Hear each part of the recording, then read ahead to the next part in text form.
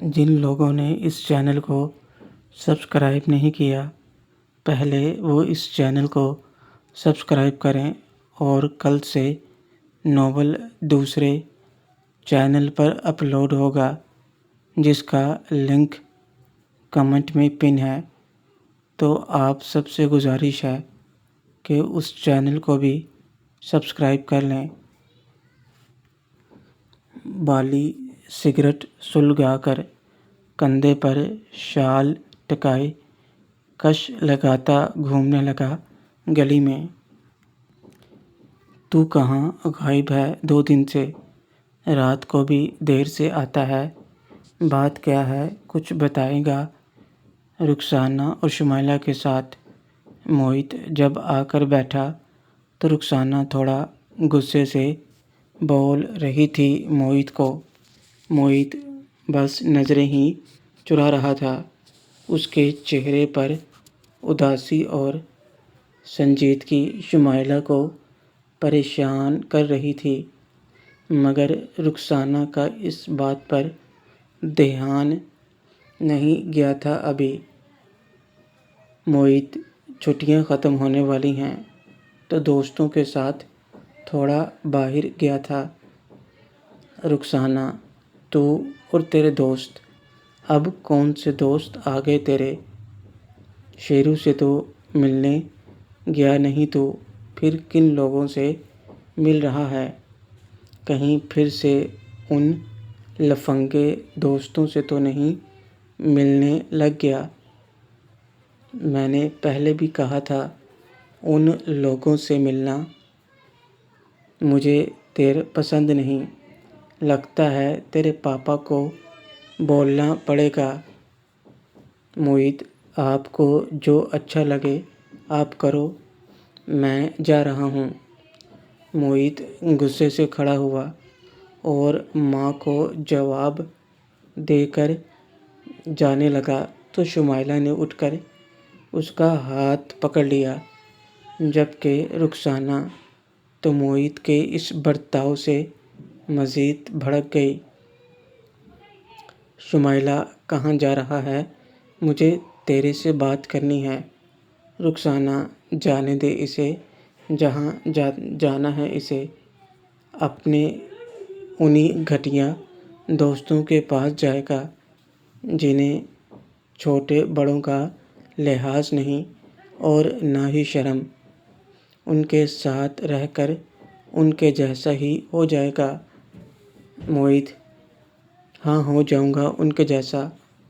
آپ کو اچھا نہیں لگتا تو چلا جاتا ہوں ہمیشہ کے لیے۔ موہت شمائلہ کا ہاتھ جھٹک کر غصے سے اپنی ماں کو بولتا ہوا نکل گیا گھر سے۔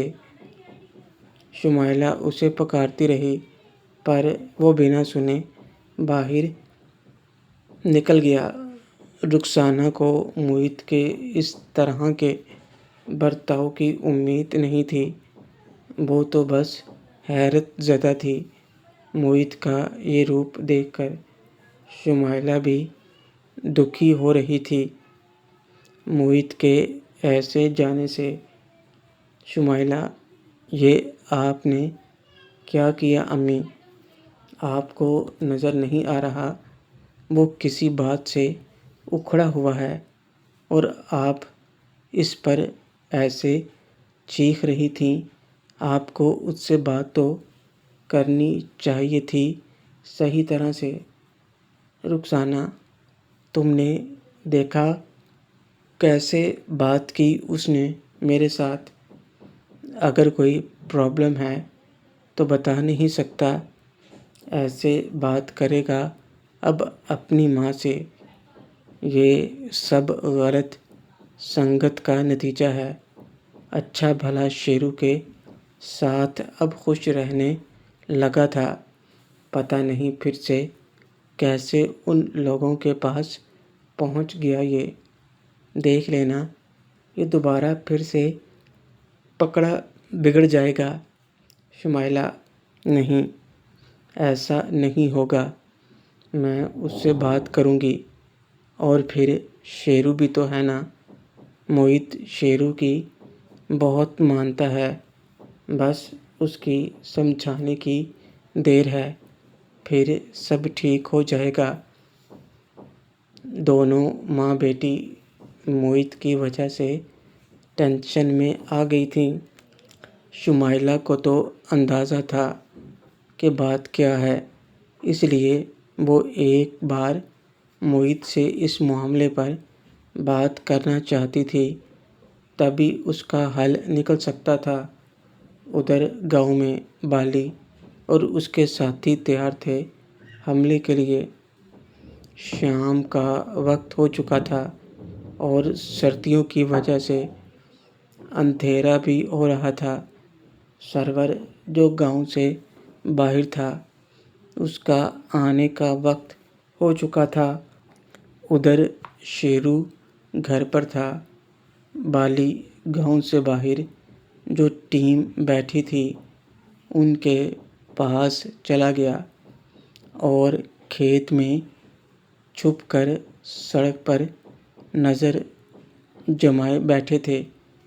وہیں 3 بندے اشارہ ملنے کے انتظار میں تھے کہ وہ شیرو کو گھر سے بلا کر حملہ کر سکیں۔ دونوں جگہ ایک ہی ٹائم پر کام کرنا تھا تاکہ بھاگ کر نکل سکیں۔ اگر وقت آگے پیچھے ہوتا تو بعد والی ٹیم پکڑی جا سکتی تھی لوگوں کو پتہ لگنے پر۔ کیوں بھائی، کس کے گھر آئے ہو؟ بڑی دیر سے باہر ہی گھوم رہے ہو؟ بالی کے جو 3 ساتھی شیرو کے گھر کے پاس ہی گلی میں دیہاتی بن کر بیٹھے سگریٹ سلگا رہے تھے۔ انہیں راہ چلتے ایک بزرگ شخص نے پوچھ لیا۔ اب شہر تو تھا نہیں کہ کسی سے کوئی مطلب ہی نہ رکھتا ہو۔ گاؤں میں تو لوگ ایک دوسرے کو اچھی طرح جانتے تھے، خاندان کی طرح، اور ان کے رشتہ داروں تک کی خبر رکھتے تھے۔ ایسے ہی اس بزرگ نے ان لوگوں کو نوٹ کر لیا تھا۔ جب وہ دوسری بار اس گلی سے گزرتے ہوئے ان لوگوں کو وہیں دیکھ کر رک گیا۔ ارے ہم تو بس سرور بھائی سے ملنے آئے تھے، وہ گھر میں نہیں ہیں تو یہاں بیٹھ کر ان کی راہ دیکھ رہے ہیں۔ دیہاتی لہجے میں بات کرنے کی کوشش کرتے ہوئے ایک نے جواب دیا۔ اپنے سرور کے گھر آئے ہو تو باہر کیوں بیٹھے ہو؟ چلو ہمارے ساتھ بیٹھ کر چائے ناشتہ کرواتے ہیں۔ ویسے وہ لوگ تو کسی پردیسی اور مہمان کو ایسے گھر سے باہر نہیں بٹھاتے، پھر تم لوگ کیسے باہر بیٹھے رہے؟ کوئی بات نہیں، آؤ ہمارے ساتھ۔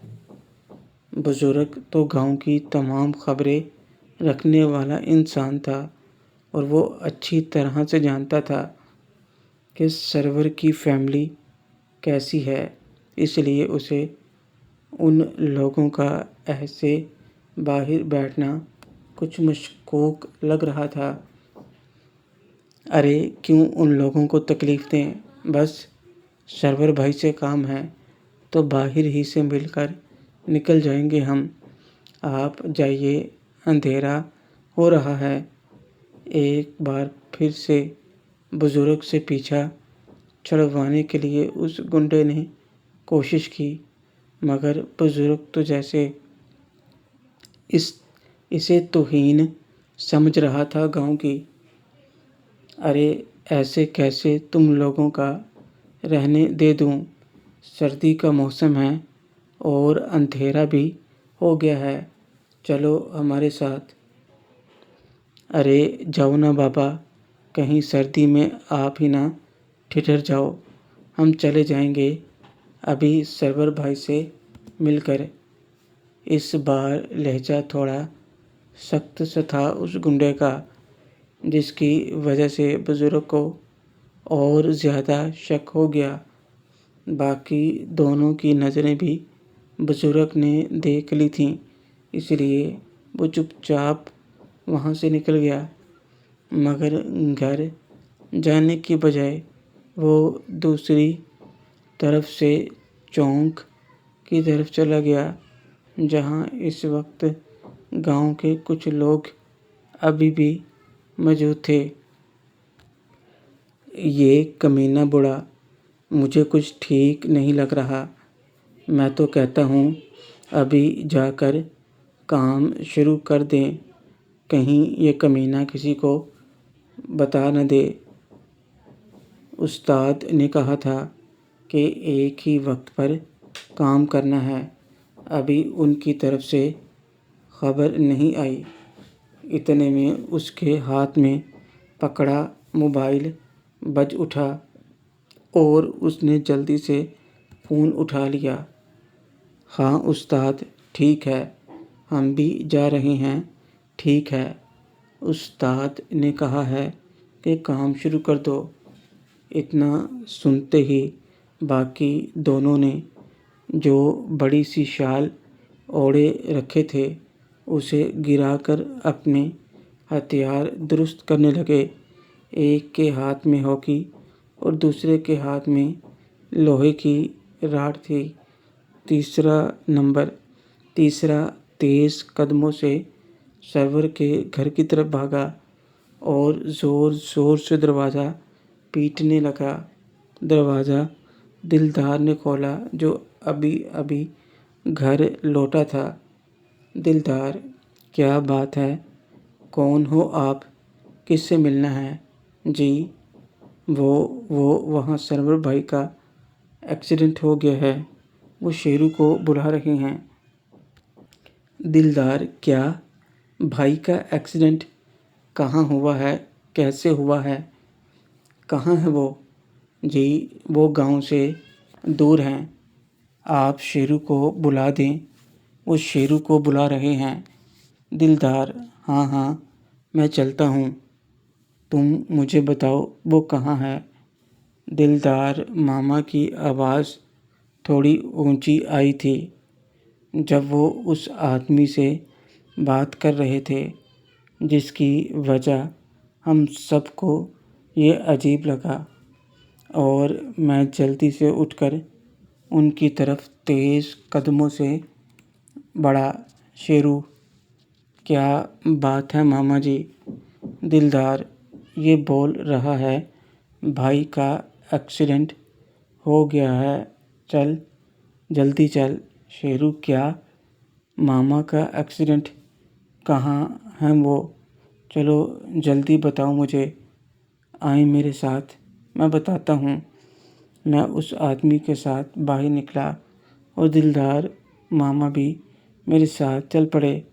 ہم دونوں کو سرور ماما کی فکر ہو رہی تھی۔ دلدار ماما اور میں دونوں ہی ٹینشن میں آ گئے تھے یہ بات سن کر۔ ہم اس آدمی کے ساتھ تیز رفتاری سے تقریباً بھاگتے ہوئے چلے جا رہے تھے۔ گلی کے موڑ سے مڑتے ہی آگے کھڑے دو لوگ جیسے ہمارے ہی انتظار میں تھے، اور انہوں نے ہم پر حملہ کیا۔ دلدار ماما سنبھل نہیں پائے اور ان کے سر پر ہوکی کا وار ہو گیا۔ مجھ پر دوسرے نے حملہ کیا، مگر میں نے ہوا میں اس لوہے کی راڈ کو روک دیا۔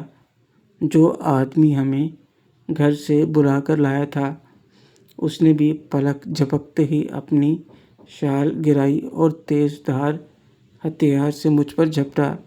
اس سے پہلے وہ مجھ پر وار کرتا، اس کا ہاتھ ہوا میں ہی رک گیا۔ میں نے دیکھا تو اس کے ہاتھ کو روکنے والا کوئی اور نہیں، گاما بھائی تھے، اور ان کے ساتھ کچھ اور لوگ بھی تھے۔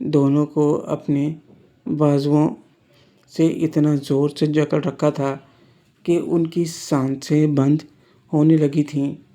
وہ دونوں زور آزمائی کر رہے تھے گاما بھائی کی گرفت سے خود کو چھڑوانے کے لیے، مگر گاما بھائی کی پکڑ سے بھلا وہ کیسے چھوٹ سکتے تھے۔ ادھر دونوں کو میں پاگلوں کی طرح بس مارتا جا رہا تھا اور اتنا مارا کہ دونوں بھیک مانگنے لگے میں انہیں چھوڑ دوں۔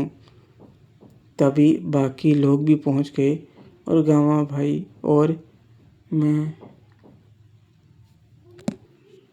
نے بھی دونوں کو زور سے پٹک دیا۔ سرور ماما نے کراتے ہوئے میرا نام پکارا تو میرا دھیان ان کی طرف گیا۔ سڑک کی ایک طرف ان کا اسکوٹر گرا پڑا تھا۔ میں نے جلدی سے ان کو اٹھانے کی کوشش کی تو دیکھا ان کے سر سے بہت زیادہ خون نکل رہا تھا۔ شیرو: ماما ماما آپ کو کچھ نہیں ہوگا، کچھ نہیں ہوگا آپ کو۔ سرور: میں ٹھیک ہوں۔